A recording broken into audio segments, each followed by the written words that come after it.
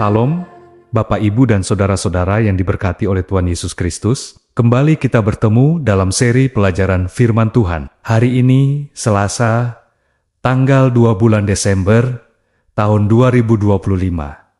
Bapak, Ibu yang diberkati Tuhan, pelajaran firman Tuhan hari ini berjudul Yosua Sang Tipe. Bapak, Ibu sekalian, mari kita baca beberapa kitab berikut ini. Pertama-tama kita baca kitab Keluaran 3 ayat 1 dan 2. Adapun Musa, ia biasa menggembalakan kambing domba Yitro, mertuanya imam di Midian. Sekali, ketika ia menggiring kambing domba itu ke seberang padang gurun, sampailah ia ke gunung Allah, yakni gunung Horeb. Lalu malaikat Tuhan menampakkan diri kepadanya di dalam nyala api yang keluar dari semak duri. Lalu ia melihat, dan tampaklah semak duri itu menyala, tetapi tidak dimakan api. Lalu kita baca kitab Yosua 1 ayat 1-3. Sesudah Musa, hamba Tuhan itu mati, berfirmanlah Tuhan kepada Yosua bin Nun, abdi Musa itu, demikian, hambaku Musa telah mati. Sebab itu bersiaplah sekarang, seberangilah sungai Yordan ini, engkau dan seluruh bangsa ini, menuju negeri yang akan kuberikan kepada mereka. Kepada orang Israel itu, setiap tempat yang akan diinjak oleh telapak kakimu, kuberikan kepada kamu, seperti yang telah kujanjikan kepada Musa. Lalu kita baca kitab Bilangan 13 ayat 1 dan 2. Tuhan berfirman kepada Musa, suruhlah beberapa orang mengintai tanah Kanaan yang akan kuberikan kepada orang Israel. Dari setiap suku nenek moyang mereka, haruslah kau suruh seorang semuanya pemimpin-pemimpin di antara mereka. Selanjutnya kita baca kitab Yosua 2 ayat 1. Yosua bin Nun dengan diam-diam melepas dari Sitim 2 orang pengintai. Katanya, pergilah, amat-amatilah negeri itu, dan kota Yeriko. Maka pergilah mereka dan sampailah mereka ke rumah seorang perempuan sundal yang bernama Rahab, lalu tidur di situ. Juga kita baca kitab Keluaran 3 ayat 5. Lalu ia berfirman, janganlah datang dekat-dekat. Tanggalkanlah kasutmu dari kakimu, sebab tempat di mana engkau berdiri itu adalah tanah yang kudus. Dan yang terakhir, saudara-saudara, kita akan baca kitab Yosua 5 ayat 15. Dan panglima bala tentara Tuhan itu berkata kepada Yosua, tanggalkanlah kasutmu dari kakimu, sebab tempat engkau berdiri itu kudus. Dan Yosua berbuat demikian. Berdasarkan ayat-ayat yang sudah kita baca tersebut, Bapak Ibu sekalian, apakah signifikansi dari beberapa paralelisme antara kehidupan Musa dan Yosua dalam terang tipologi Alkitab seperti yang kita temukan di pekan pertama?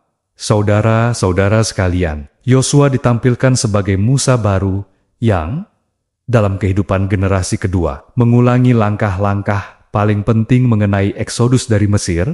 Sama seperti Musa, dia ditugaskan melalui perjumpaan pribadi dengan Tuhan. Di bawah kepemimpinan keduanya, ketenaran Israel di antara bangsa-bangsa menimbulkan rasa takut. Musa memimpin Israel menyeberangi Laut Teberau, sementara Yosua memimpin Israel menyeberangi Sungai Yordan secara ajaib. Kedua pemimpin tersebut diingatkan akan pentingnya sunat dan Paskah, mana mulai turun pada zaman Musa dan berakhir pada zaman Yosua. Keduanya diperintahkan untuk melepaskan sandal mereka. Tangan kedua mereka yang terulur menandakan kemenangan bagi Israel. Musa memberikan instruksi pembagian tanah dan pendirian kota-kota perlindungan. Yosua melaksanakan instruksi tersebut. Keduanya memberikan pidato perpisahan kepada bangsa itu dan memperbarui perjanjian umat di akhir pelayanan mereka. Bapak Ibu yang kekasih, mari sama-sama kita kembali membaca ayat-ayat berikut ini. Kitab Ulangan 18 ayat 15-19. Seorang nabi dari tengah-tengahmu, dari antara saudara-saudaramu, sama seperti aku, akan dibangkitkan bagimu oleh Tuhan, Allahmu.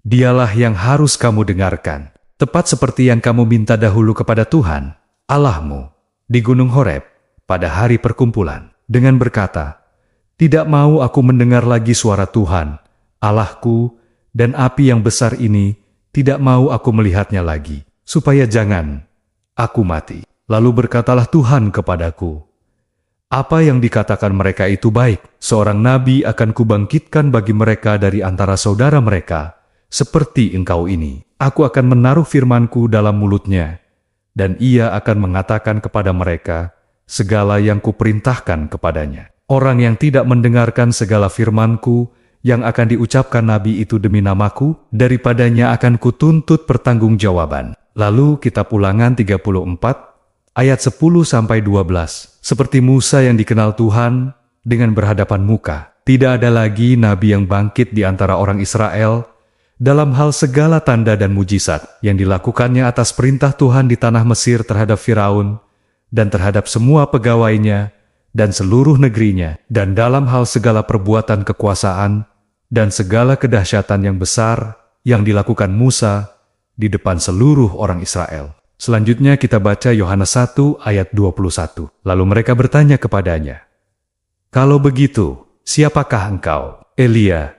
Dan ia menjawab, "Bukan." "Engkaukah nabi yang akan datang?" Dan ia menjawab, "Bukan." Berikutnya juga kita baca Kisah Para Rasul 3 ayat 22-26. Bukankah telah dikatakan, Musa, Tuhan Allah akan membangkitkan bagimu seorang nabi dari antara saudara-saudaramu, sama seperti aku. Dengarkanlah dia dalam segala sesuatu yang akan dikatakannya kepadamu. Dan akan terjadi bahwa semua orang yang tidak mendengarkan nabi itu akan dibasmi dari umat kita. Dan semua nabi yang pernah berbicara, mulai dari Samuel dan sesudah dia, telah bernubuat tentang zaman ini. Kamulah yang mewarisi nubuat-nubuat itu dan mendapat bagian dalam perjanjian yang telah diadakan Allah dengan nenek moyang kita, ketika ia berfirman kepada Abraham, oleh keturunanmu, semua bangsa di muka bumi akan diberkati. Dan bagi kamulah, pertama-tama Allah membangkitkan hambanya dan mengutusnya kepada kamu, supaya ia memberkati kamu dengan memimpin kamu masing-masing kembali dari segala kejahatanmu. Lalu yang terakhir, saudara-saudara, kita baca kitab Kisah Para Rasul 7 ayat 37. Musa ini pulalah yang berkata kepada orang Israel, seorang nabi seperti aku ini akan dibangkitkan Allah bagimu dari antara saudara-saudaramu. Berdasarkan ayat-ayat yang baru kita baca tersebut, saudara-saudara, siapakah yang menggenapi nubuat Musa tentang seorang nabi seperti dirinya? Bagaimanakah Yosua masuk ke dalam gambaran ini? Bapak Ibu sekalian, kehidupan Yosua adalah penggenapan sebagian dari nubuat yang dibuat oleh Musa. Kita bisa baca dalam kitab Ulangan 18 ayat 15 dan 18. Namun, nubuat Musa belum menggenapi dalam arti yang sepenuhnya. Dalam arti yang sepenuhnya Bapak Ibu sekalian, nubuat tersebut hanya dapat dicapai atau digenapi oleh Mesias. Dia mengenal Bapa secara intim. Terdapat dalam kitab Yohanes 1 ayat 14 dan 18. Lalu dia benar dan menyatakan Allah dengan jujur. Terdapat dalam kitab Lukas 10 ayat 22, kitab Yohanes 14 ayat 6, dan kitab Matius 22 ayat 16. Allah sungguh-sungguh menaruh firman-Nya di dalam mulutnya. Kita bisa temukan dalam kitab Yohanes 14 ayat 24. Jadi saudara-saudara sekalian, kehidupan Musa dan Yosua menjadi gambaran Yesus, Sang Mesias yang akan datang. Pertanyaan bagi kita, Bapak Ibu sekalian, seberapa pentingkah Yesus dalam perjalanan kita dengan Tuhan? Mengapa Yesus? Dan apakah yang telah Dia lakukan untuk kita, yang harus menjadi dasar dari seluruh pengalaman Kristen kita? Bapak Ibu saudara-saudara yang diberkati oleh Tuhan Yesus Kristus. Sampai di sini pelajaran firman Tuhan bagi kita hari ini. Terima kasih karena sudah turut belajar firman Tuhan bersama-sama dengan kami. Tuhan memberkati kita seluruhnya. Amin.